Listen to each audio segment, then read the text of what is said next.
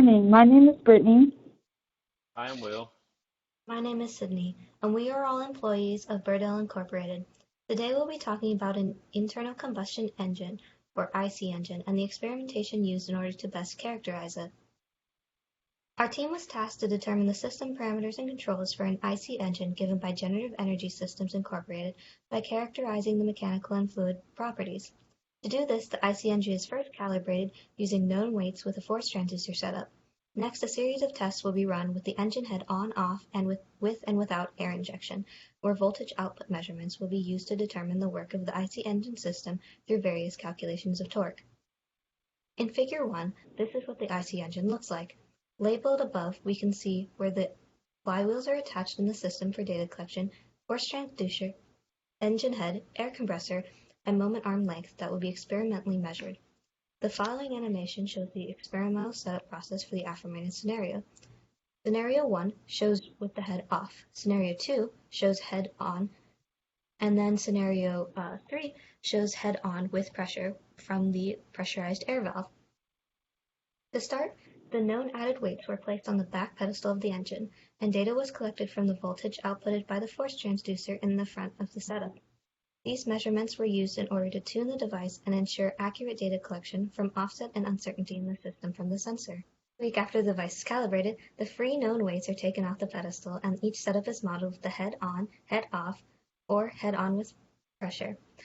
The output voltage data from the force transducer and Elvis 3 device. In addition, the following assumptions were made with each prospective scenario when solving for the work of the engine. For the head-off assembly, it is assumed that there is no air pressure or work from the air, piston, or air, and it is also assumed that the constant coefficient of friction does not change with the increase in revolutions per minute of the IC engine. For the head-on assembly, it is assumed that the engine is in steady state, and there is no pressure or work from the piston or work from air as well, and the work of the air is non-zero for the engine, and that there is a constant coefficient of friction. For head-on pressure assembly, the same assumptions apply for the head-on assembly, but the work of the piston is no longer zero. Keeping these assumptions and procedures in mind, Will now introduce the experimental analysis from the Week 1 data collection. The first week of testing involved the motor setup without the head and no pressurized air to the system. Figure 3 shows the calibration equation found experimentally calculating the torque by adding weight and measuring the moment arm. On this graph, torque is measured against voltage values. Figures 4, 5, and 6 show the piston displacement of the motor over time given the speed variables of low, medium, and high. On the next few slides, we will focus on torque versus time in the steady-state operation of the IC engine at low, medium, and high speeds, and how it will help in defining the work of the motor. Figure 7 shows what the torque waveform over the second lapse of time looks like for the IC engine at low speed. Because the data was noisy and to account for any discrepancy, average torque data was also to be calculated and analyzed. Figure 8 shows what the average torque waveform versus the angular position looks like for the IC engine at low RPM. Figure 9 shows the torque versus time graph for the medium speed data. Compared to the previous torque time graph for the low speed data, the torque values are generally greater over time, which should be expected. Figure 10 shows the average motor torque plotted against angular position at steady state for low RPM of the IC engine. Analyzing the average torque versus angular position graph for the IC engine at medium speed, the work of the motor was found. Moving on to IC engine at high speed analysis, Figure 11 shows the torque waveform is versus time graph, where the values show that generally the torque values with a high speed are greater than those in the medium and low speed settings.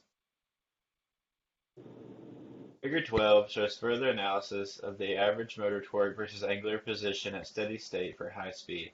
The general trend is that the greater amount of torque done on the IC engine is directly proportional to the greater amount of work the engine has to do in order to reach those speeds. Aside from the effect of motor speed on the engine torque, the effect of flywheels on the motor torque was also investigated during this experimentation.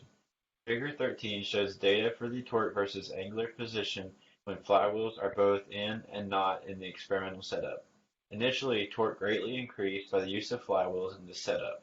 However, over time, it can be seen that data for the flywheel versus no flywheel converges around 60 radians.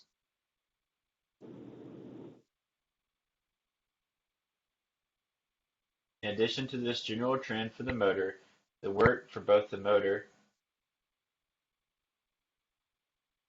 shown in red, and friction, shown in pink, can be found by finding the numerical integral of the graph portrayed in Figure 14, where the following values were found for work due to the motor, friction, and moments of inertia on the slide, which overall will help in computing the total work contributed of the motor.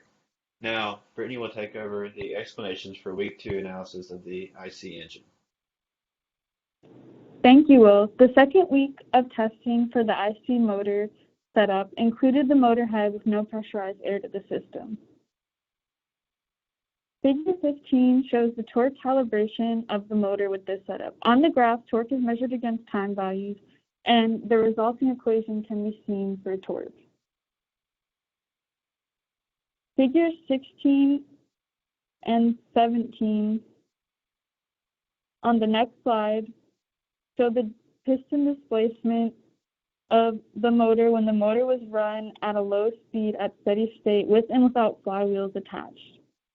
The no flywheel data in Figure 17 shows error in data collection because the encoder position kept catching while data was being collected. In Figures 18 and 19, the piston displacement of the motor is shown when the motor is run at medium speed at steady state with and without the flywheels attached. Compared to the previous data for low speed, the displacement has a higher number of cycles. Figures 20 and 21 show piston displacement at a high speed, and the same trend can be seen. Figure 22 shows the comparison of the effect of flywheels on motor torque versus time at low speed. The no flywheel data has a higher torque in comparison to data collection for collected torque for the flywheel due to lesser amount of inertia, making the flywheel take more torque to get compression it needs to have the piston move up. Taking a closer look at the no flywheel data, Figure 23 shows the comparison of torque versus crankshaft angle for different speeds. The higher speed has the lowest torque for the no flywheel data because it takes less work to reach the crankshaft angle due to higher displacement results. The next slide will show how different motor strokes can be interpreted from the torque data.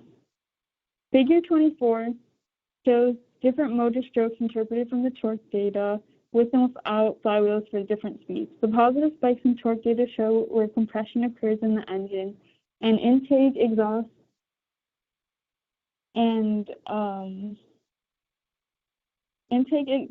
ignition, and exhaust power strokes can more clearly be seen labeled on the plot. Let's take a closer look at the work done by air for each motor stroke. Here we can see that the work done by air was assumed to be zero for both intake and exhaust strokes. We assumed that the flow losses are negligible and energy as well as angular velocity for the flywheel from start to finish is conserved. Thus, it can be said that the work of the motor is equal to the negative work of friction. With the compression stroke, it is not assumed that the work of air is zero anymore, and adiabatic air conditions are assumed. It can be said that the integration of change in volume from the beginning to the end of the piston's displacement for the stroke is what causes the error of the work to be done for compression. The same assumptions can be said for the stroke. From these tests, there are multiple conclusions that can be made. The IC engine system had more steady-state stable data with the flywheels attached, and thus there is less error from the results from work analysis in the situation. The first week of the work of the motor and friction were found. The second week allows for work of error to be found based on the stroke of the motor. In the following weeks, further data will be collected to see the impact of fluid and mechanical properties of the internal combustion engine system with pressurized air in the system. From work analysis of all different mechanical components combined, the system parameters of the motor can be found. Thank you all for your time, and please let us know if you have any questions.